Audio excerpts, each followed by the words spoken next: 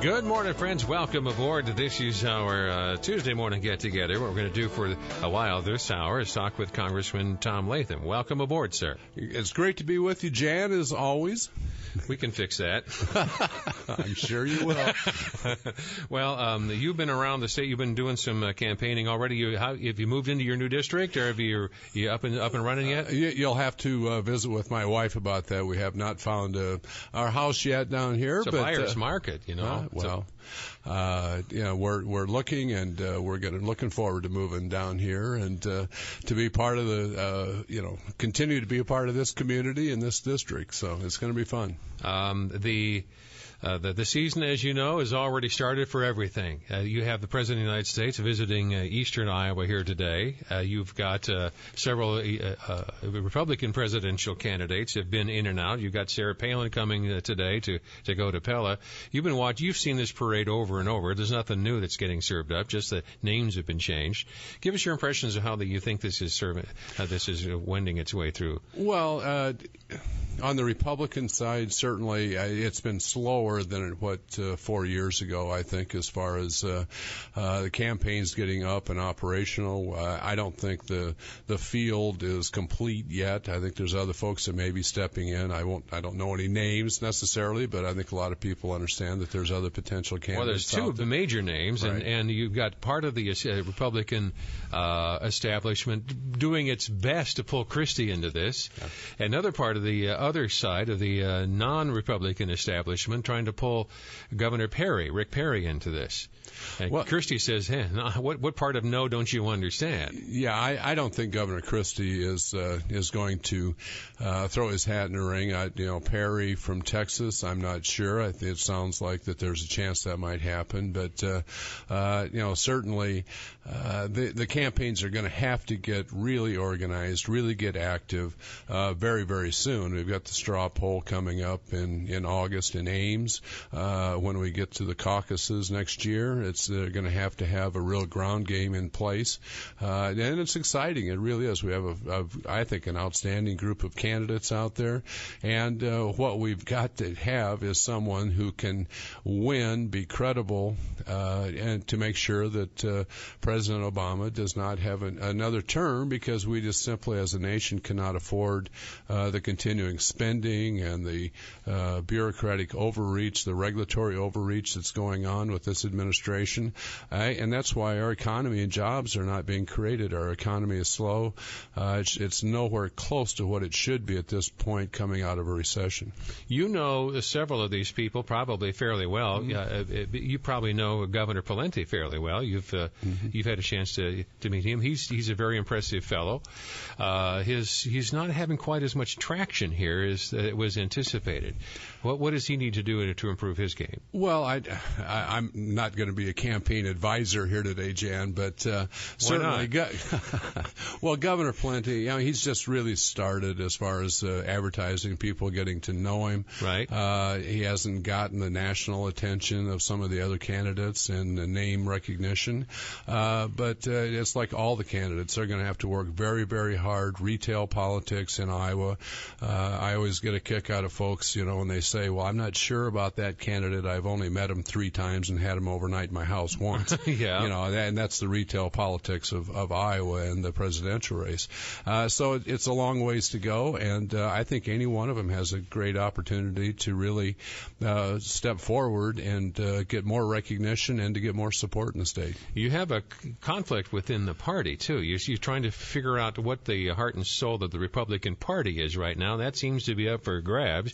You've got the influence of the Tea Party, and they're pushing pretty hard on you guys. You have a new class to deal with in Congress. Assess how the newbies have done. I think they've done great. We have 87 new Republicans, 63 of which replaced Democrats in the last election. They have held firm to principle, and I think that is extraordinary what they've done so far. They've changed the whole debate in Washington from what it was about how much more more we're going to spend, how many more bailouts are we going to have, all those types of big government ideas, and really change the whole debate now to how much reduction in spending are we going to have? Are we going to get a handle on this federal government that has far overreached the intention of any of our founding fathers, certainly? And it gives everybody, I think, hope for the country that there are a bunch of principled people who will stand up, be counted, and do the right thing. Okay. Can I throw you a really, really weird left-wing question? I would expect that from you, Jan. Yes. This is totally out of the blue, no total non sequitur, anything I've ever asked you.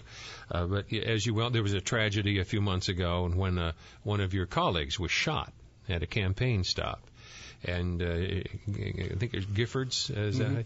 She is recovering, but she has experienced, obviously, a life-changing injury. Should she resign? I don't know her medical condition and what the long-term prognosis is, so I really wouldn't want to give any kind of advice like that. But I just hope that she recovers and is able to serve again if she possibly can. But that's a medical question, really. Okay, if it is determined that she is not going to be up to snuff ever again, what is politics is really a nasty business, but if you're in essence non-represented by the person that you've elected, the machine wants to keep that vote and keep that position. Machines try to just keep the process going. Right. Isn't there a higher obligation though than simply keeping the machine going? Well, absolutely there is, but the fact of the matter is if she determines that she's able to serve, if she decides once again to run and she's elected by her constituents, I leave that to, the people in Arizona and her congressional district really to make that determination. But, currently she has not cast a vote since the shooting. Whether she can continue to make a recovery and be able to come back and serve, I mean, she knows better than that. But again, in the final analysis, it's up to her constituents to make that determination. Toss you into another issue that you probably have never thought of. Here in Iowa, as other states have dealt with the issues, this seems like a totally silly, petty issue, but that's my job. I'm a really silly, petty person. I love to visit with you, Jan. I always do. There is a move around the state to add traffic cameras to the enforcement process. Other states have abandoned these. Huge chunks of Texas, they've stopped doing this. Parts of California, they've stopped doing this. They found these to be a big pain in the keister, and they've cost more in both in injuries and in money than they've actually collected. Yet, despite the examples of what's gone otherwise, Iowans are really good at catching the measles from other states well after they've recovered. We pick up the dross and run with it, as we are really slow learners sometimes. Can you help us at the federal level to rescue us? You even have over in Cedar Rapids, the cop shop is paying for their pension plans. Now, they've actually said, this is how we're going to pay for our pensions, but with these automatic cameras. And they're getting away with it. Can you rescue us at the national level to make these people go away? Jan, I don't think that's the role of the federal government, is to come and tell. Why are you going to start to use the Constitution now? I mean, after all these years, you're going to actually use the Constitution? To tell a local community what they can and cannot do as far as enforcement of speed laws and Could traffic you make signals? kind of an exception for the rule here just for us once? I would rather not, Jan. It's obviously a revenue issue for a lot of communities, but I don't think it's the role of the federal government to tell a community here what they can and cannot do. Well, how about the entire state? I don't think that's our role here either. If the state of Iowa decides to do something, and that should be up to the state of Iowa and the citizens of the state. Don't you care about the children? I care about the children, but I also care about what the role of the federal government is, too. And that saves more children by keeping the federal government out of most things. Oh, man. I just can't stand it when you start to use principles. I mean, that's just really, you're going to be a real buzzkill, aren't you? Mm-hmm. There are certain principles that should be heeded, I think. Okay. Yeah. All right. There is one, however. You guys, not you particularly.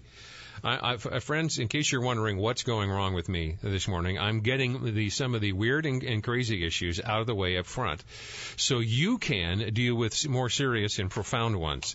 Congressman Tom Latham is here in the studio, and if there's any issue that you would like to bounce off of him, I'd love to get you involved right now. Do not wait, because the longer you wait, the more inane my questions will get. That is a threat. And if anybody can deliver on such a threat, it's me. It's you. You're all right. There is one that it has Iowa implications in agribusiness. And there was a Washington Times report the other day talking about the unintended consequences of a piece of legislation passed about horses. And I know you've been dealing with this for the last several years. You've tried to take some action on this in the past, because the horse industry here in Iowa, we have one. We have one that has to do with gambling, and we have to do with just generic Iowa farmers have horses, and a lot of recreational horses. The people buy them, and then they use them, they consume them, or whatever. And if they run out of money or run out of practicality, what are we going to do with them?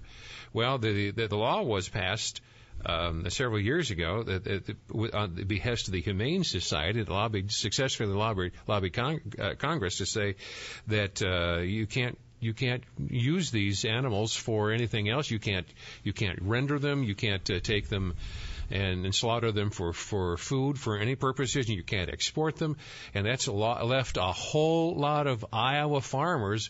What the heck we're supposed to do? Now they're even trying to make it so you can't even take them across the border into Mexico. Right. And it's caused all kinds of devastation. Is there anything that can be done to revisit this subject? Well, we've been fighting this battle for several years, and it's the great agriculturalist Gary Ackerman from downtown New York City who actually pushed the amendment originally to stop any funding going to inspections for horse slaughter for human consumption, and that basically is for an export market to primarily France is where the biggest market is.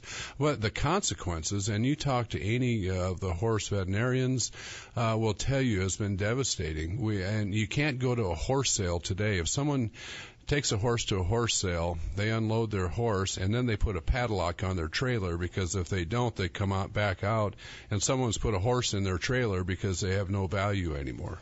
And it is the most inhumane thing that we can do is to allow a bunch of these horses who people maybe can't afford to keep anymore. They're old, they're sick, they don't know what to do with them, so they'll turn them out in public lands out west, and is extremely inhumane is what's happened. So what's the next step? Because can this be revisited? Is there a time where you can this can actually make some sense on an urban culture anymore that is so severed from our agri roots? Right. They don't understand the point you're trying to make. There's not the votes to change the policy right now. There simply isn't. We in the Appropriations Committee, we had a vote on the Ag Appropriations Bill, and we lost. It's just quite. There's an emotional argument that is very appealing, and I understand that, but the reality is it's much less humane to have this policy in place than it would be to reverse the policy and have a market have value for these animals that certainly now they're oftentimes sick, feeble. Yeah, you say there's suffer. No votes, but people do. Can these people be made to understand that the issue is not as superficial? I've tried, Jan, but emotion overrules in this particular issue. Well, give me an example of you make this eloquent argument about what's really happening out here, and you tell people these are the unintended consequences. What happens when you tell somebody that? What do they say? They don't care. Because it's an emotional argument. Oh, they understand you, but they understand that they can't move. They would have to account for that vote. Exactly.